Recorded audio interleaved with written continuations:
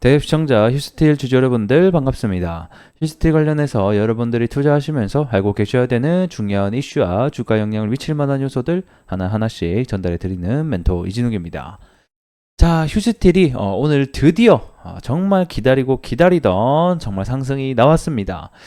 제가 이 첫 시작 테마부터 계속해서 리뷰를 해드리고 있는 상황인데, 에너지용 강간이 결국에는 시추 작업이나 할 때 추후에 주목을 받을 수 있다, 예전부터 얘기를 했었는데 드디어 이 시장에서 이 가치를 좀 알아보는 것 같습니다. 그래서 오늘 뭐 상한가를 좀 찍었다가 조금 하락이 나오긴 했었는데, 오늘 전반적으로 오늘 왜 또 상승이 나왔는지 이슈가 있습니다. 함께 좀 알아보는 시간들 전체적으로 또 가져봐야 되겠죠. 그리고 이제 우리 포항에 석유가 있다라고 또 한 또 중심 인물 액트지오 대표가 또 한국을 전격 방문을 해서 기자회견 소식이 또 있었습니다. 또 이와 관련돼서도 오늘 전체적으로 얘기 함께 나눠보도록 하겠습니다. 자, 오늘 차트를 통해서 상승 이유와 전반적인 시장 상황 좀 함께 체크해 보도록 하겠습니다. 자, 휴스틸이 오늘 장 시작하자마자 올라간 건 아니에요. 다들 아시다시피 12시부터 갑작스럽게 본격적으로 상승이 나오기 시작했는데, 이때 어떤 이슈와 내용이 나오게 됐냐.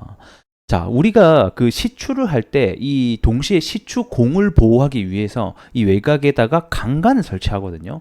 그래서 이 강간을 설치한다라는 소식, 그리고 거기에 더해서 또 시멘트 작업까지 함께 들어간다라는 소식이 갑작스럽게 부각이 되면서 시장에서 이 관련주들이 크게 상승이 나오는 현상들이 벌어졌습니다. 대표적으로 우리 휴스틸 하게 되면 아무래도 이 에너지용 강간 또 수출을 하고 판매를 하고 제작을 하는 업체이기 때문에 대표적인 또 이 제강 업체 중에서 유명한 업체죠. 그래서 해당 내용들이 부각이 되면서 이 관련주로 휴스틸, 그리고 오늘 상한가를 간 넥스틸이 상한가를 찍게 됐습니다. 뭐 다양한 강간 회사들이 있는데 그 중에 넥스틸, 휴스틸, 뭐 하이스틸, 세아제강 이런 회사들이 전부 다 유종용 강간을 만들고 판매를 하고 있는 회사입니다.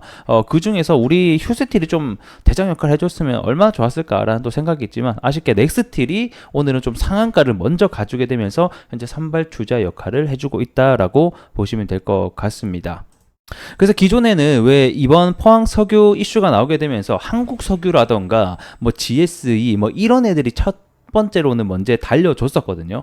근데 그 뒤에 후발주자로 결국 이제 이 철강에 대한 부품주들, 옥석 가리기가 정말로 점차적으로 나오고 있는 시점이다라고 좀 생각을 해주시면 좋을 것 같고, 그래서 이런 관련된 부품 소재 업체들이 오늘 죄다 상한가를 가게 됐다. 고려 시멘트도 상한가 갔고요. 그 다음에 삼표 시멘트도 오늘 상한가까지 찍었다가 상한가 못 찍었네요. 27% 맞고 어쨌든 간에 내려오는 상황들이 발생을 하게 됐다라고 좀 이해하시면 좋을 것 같습니다.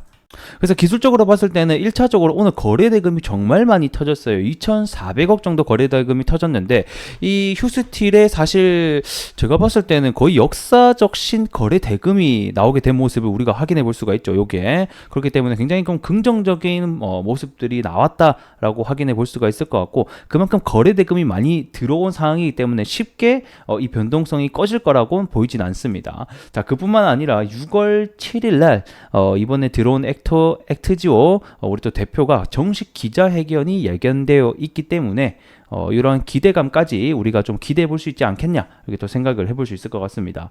일단 오늘 촬영 날짜가 6월 5일인데 내일 6월 6일 현충일이죠. 그래서 내일 일단은 장이 안 열리는 동안에 이 석유 관련된 악재 뉴스만 좀 안 나와준다라고 하면 6월 7일 날에도 우리가 좀 더 시세에 대한 기대감을 반영할 수 있지 않을까라고 또 생각이 듭니다.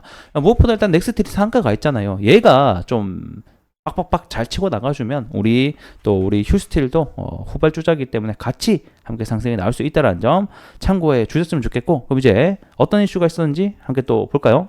이번 동해 석유 매장을 분석을 한 이 액트지오 측이 오늘자 우리 한국을 방문을 해서 기자회견을 가졌었죠. 기존에 한 11시쯤에 기자회견이 예견되어 있었는데 이게 조금 늦춰지면서 한 11시 반, 12시쯤에 시작을 해서 1시간가량 정도 진행을 했습니다.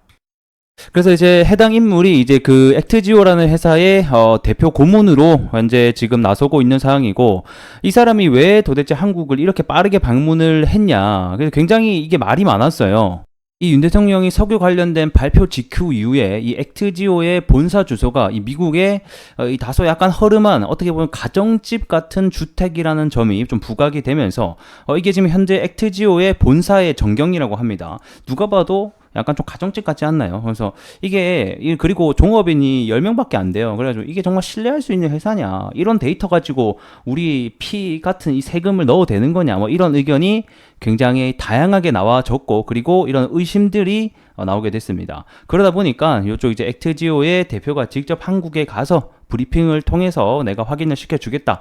이런 식의 어떤 상황 전개가 됐다라고 보시면 될 것 같고, 그럼 정말 이 양반을 우리가 믿을 수 있는가라고 보게 되면, 그래도 이분이 이 미국의 세계 최대 석유 기업인 이 엑슨모빌에서 꽤 오랫동안 근무를 하면서 이 다양한 광구라던가 석유를 캐낸 또 경험이 있다라고 합니다.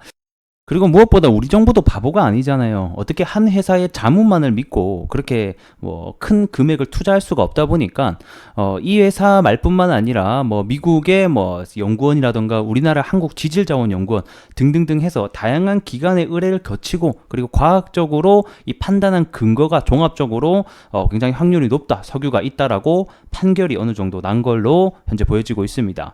그래서 제가 봤을 때는 결국에는 아래에 석유가 있다, 가스가 있다, 없다 있다의 문제라고 보기는 어려울 것 같고요. 앞전 이 동해전 가스천을 캐올린 것처럼 그때 당시에도 가스가 있었고 석유가 있었거든요. 근데 문제가 뭐냐, 이 사업의 타당성이 정말 존재하냐, 우리가 몇 천억씩을 넣어가지고 그만큼의 비용이 뽑아낼 수 있느냐, 결국 이게 저는 주요 관점이라고 보고 있거든요. 그래서 동해 지역이 제가 앞전에도 설명드렸듯이 계속해서 석유와 가스가 나는 또 지역이기도 했었고, 그리고 지금 확률상도 굉장히 높다라고 하니까 가스와 석유는 있는 것으로 판단이 되나, 그 안에 사업성이 정말 존재가 하는가, 이게 결국에는 최고의 문제가 되지 않을까, 좀 이런 생각이 듭니다. 자, 그래서 오늘은 제가 준비한 내용은 여기까지고, 전 또 다음 시간에 현충일 지나고 6월 7일 날 또 차트와 그 다음에 또 새로운 내용을 가지고 여러분들에게 알차고 재밌는 내용들 알려드릴 수 있도록 하겠습니다. 자, 구독과 좋아요 한 번씩 부탁드리도록 하겠고요. 전 또 다음 시간에 뵐게요.